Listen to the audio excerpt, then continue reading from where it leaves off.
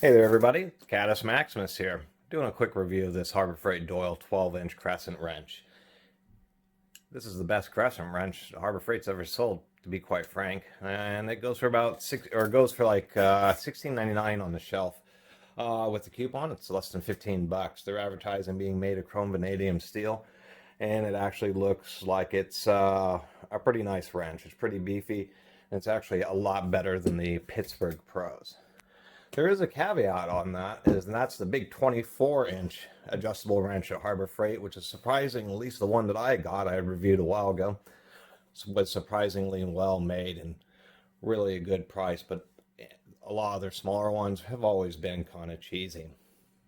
The Pittsburgh Pro is CRV, but this thing is already like $12 or $13 for a couple. In this case, for a couple dollars more, the Doyle is actually not is significantly better. And really, the big differences between the Pittsburgh Pro and the Doyle is you get more of a thicker jaw. This would be considered more of a traditional crescent wrench. I actually have an original American-made 12-inch crescent wrench right here, and we can see that the jaw size is about the same thickness, maybe a little bit thinner than the crescent wrench. One thing I will mention is that the fit and finish is pretty good. The grinding's pretty good. You know, this thing's going to be ground by a machine. It's not going to be perfect, but we can see on the buckle there's just a little bit of an angle, but really it's not too bad. The beam's nice and straight. Although there is a certain charm with the crescent wrench, you know, where the bevels are a little bit uneven, just because after this was forged, it was hand ground or hand sanded. The one thing I'll mention, I wish Doyle, they have a reasonably wide beam, but one of the things that made crescent wrenches nice is they made this extra wide beam, so it's much more comfortable to grip and to use to put a lot of pressure on. But as far as what it's replacing, the Pittsburgh Pro, it certainly is quite a bit better because this is just a traditional heavy-duty style. One of the biggest differences is that it actually has a proper buttress thread. That's where it's flat on one side and it has a slope on the other in order to give it additional strength, and we can see that the teeth are actually beveled. If we look at this Pittsburgh here, we can see that it just has thinner straight cut teeth and thinner teeth on the screw there. So definitely a big improvement there. As far as jaw play, it's actually not bad. It's pretty tight. And that's one thing I will mention is that they had a 10-inch version and it wasn't quite as nice. Surprisingly enough, it had a lot more wobble in the jaw. You could just tell in the packaging. The other thing I noticed about the 10-inch is that when they were grinding, like, and this was on the first couple, 3 packages I looked at, when they ground the jaws, it was just not matched. So you had this weird valley right here, which I didn't like. So they did do some laser etching for sizing metric and fractional on one side, or metric on one side, fractional on the other, but you know, it's laser etched, so that won't last too long. But one thing they're real proud of is that it opens up to 1 and 11/16, and I thought that was a little odd. Why would that really matter?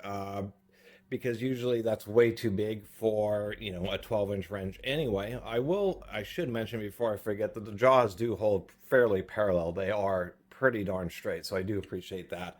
I have seen lesser versions of the really cheap Chinese ones where the jaws just haven't been cut parallel, so when you put it on a fastener, one jaw's, you know, all wonky and one's flat. So I did want to mention that.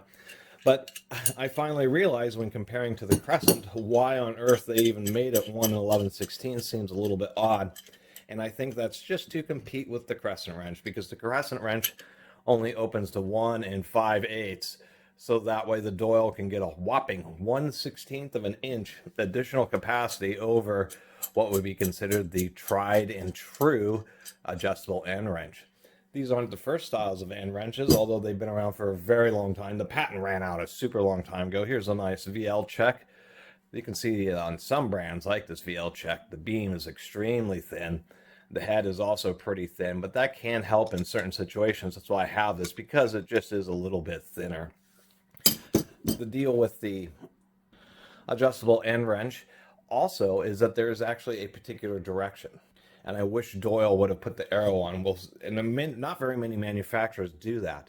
But we can see on the Crescent here, they have an arrow there, and they have another arrow on the same side. They're both pointing. You always push the wrench towards the screw. That's the easiest way, or push the wrench towards the direction of the movable jaw. And the reason for that is that when you're, and let me get this fastener back in here. This actually operates pretty good. It's pretty easy to use with one finger. The reason is that if you're pushing this direction away from the moving jaw, what ends up happening is you're putting downward pressure on this side of the bolt, upward pressure from the way you're looking at on the camera on this side, but that pressure is on the lower portion of the jaw, and that's actually where it causes you have more likelihood of the jaw failing because it's actually trying to rip it up. When you push it this way, it seems kind of odd that if you have the force higher up on the moving jaw, that would be stronger, but that's because it's moving, the load is moving down through the thick portion of the jaw, and much of it's being delivered right onto the cross beam here.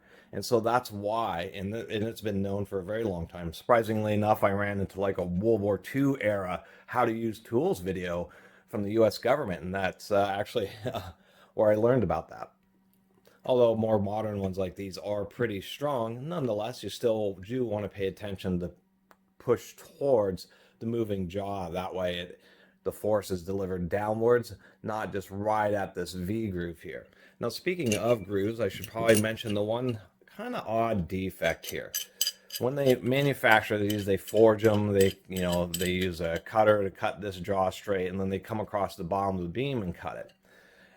The one issue is, like on this crescent, we can see where they stopped at really nice, right at that V groove. And so this is just a manufacturing defect where when the cutter came across, it went a little bit too far, and it kind of left this not real pleasant looking shelf there. If we close this up, we can see that little notch right there. It doesn't look too bad, but when it's just a little bit annoying. It's pretty nice, and that's one thing where that's a simple manufacturing QA process where somebody just sees that the cutter's going over too far, and they just do a simple change on the machine to hold it back a little bit. So that was the one disappointment. Otherwise, it still is the best adjustable end wrench, at least in this size range, that Harbor Freight's ever had. And to tell you the truth, will probably, hold, if not as much, or if it doesn't hold as much, it would be easily nearly as much as any traditional actual Crescent brand wrench or VL check when it comes to these types of tools. Although, and I actually don't believe Crescent wrenches are made in the United States anymore, so that's kind of the other issue of it is I would say, well, get a premium Crescent, but really my recommendation is if you really want a nice adjustable end wrench, to get something much better than this Doyle, you're really going to have to get a truck brand. You're going to have to go buy a Proto or a Snap-on, something like that. And then it's going to be, pretty highly diminishing returns. So I'm kind of surprised as far as the Doyle hand tools. A lot of them have been okay. Some of them have not been okay. But this one's actually pretty nice for the 17 bucks that they're charging for it. And a little tidbit, the whole reason the Crescent wrenches ever became popular is very old style wrenches and kind of look like plumbing wrenches, where the screws here and the jaw moves up and down the beam of the wrench. Those are particularly sadistic because the larger the fastener that you're working on, the more leverage that you need. But due to the nature, as the jaw moves down, what it's effectively doing is reducing the length of the handle. So it's just this sadistic situation where the larger the fastener you need to work on, the actual less leverage that you get out of the tool. The whole genius was something very simple. It was simply taking that wrench and saying, how do we turn the head from being, the gripping jaws from being this way up to this way. That way, as you increase and decrease the size of the wrench or the fastener that you're working on, you still have at least the same amount of leverage when you're working on it, rather than having this ever decreasing amount of leverage. And that is the nature of why the Crescent wrench came to be. Anyway, I really appreciate everybody who's been watching and subscribing. And if you haven't subscribed, please do. Until next time, Catus Maximus out.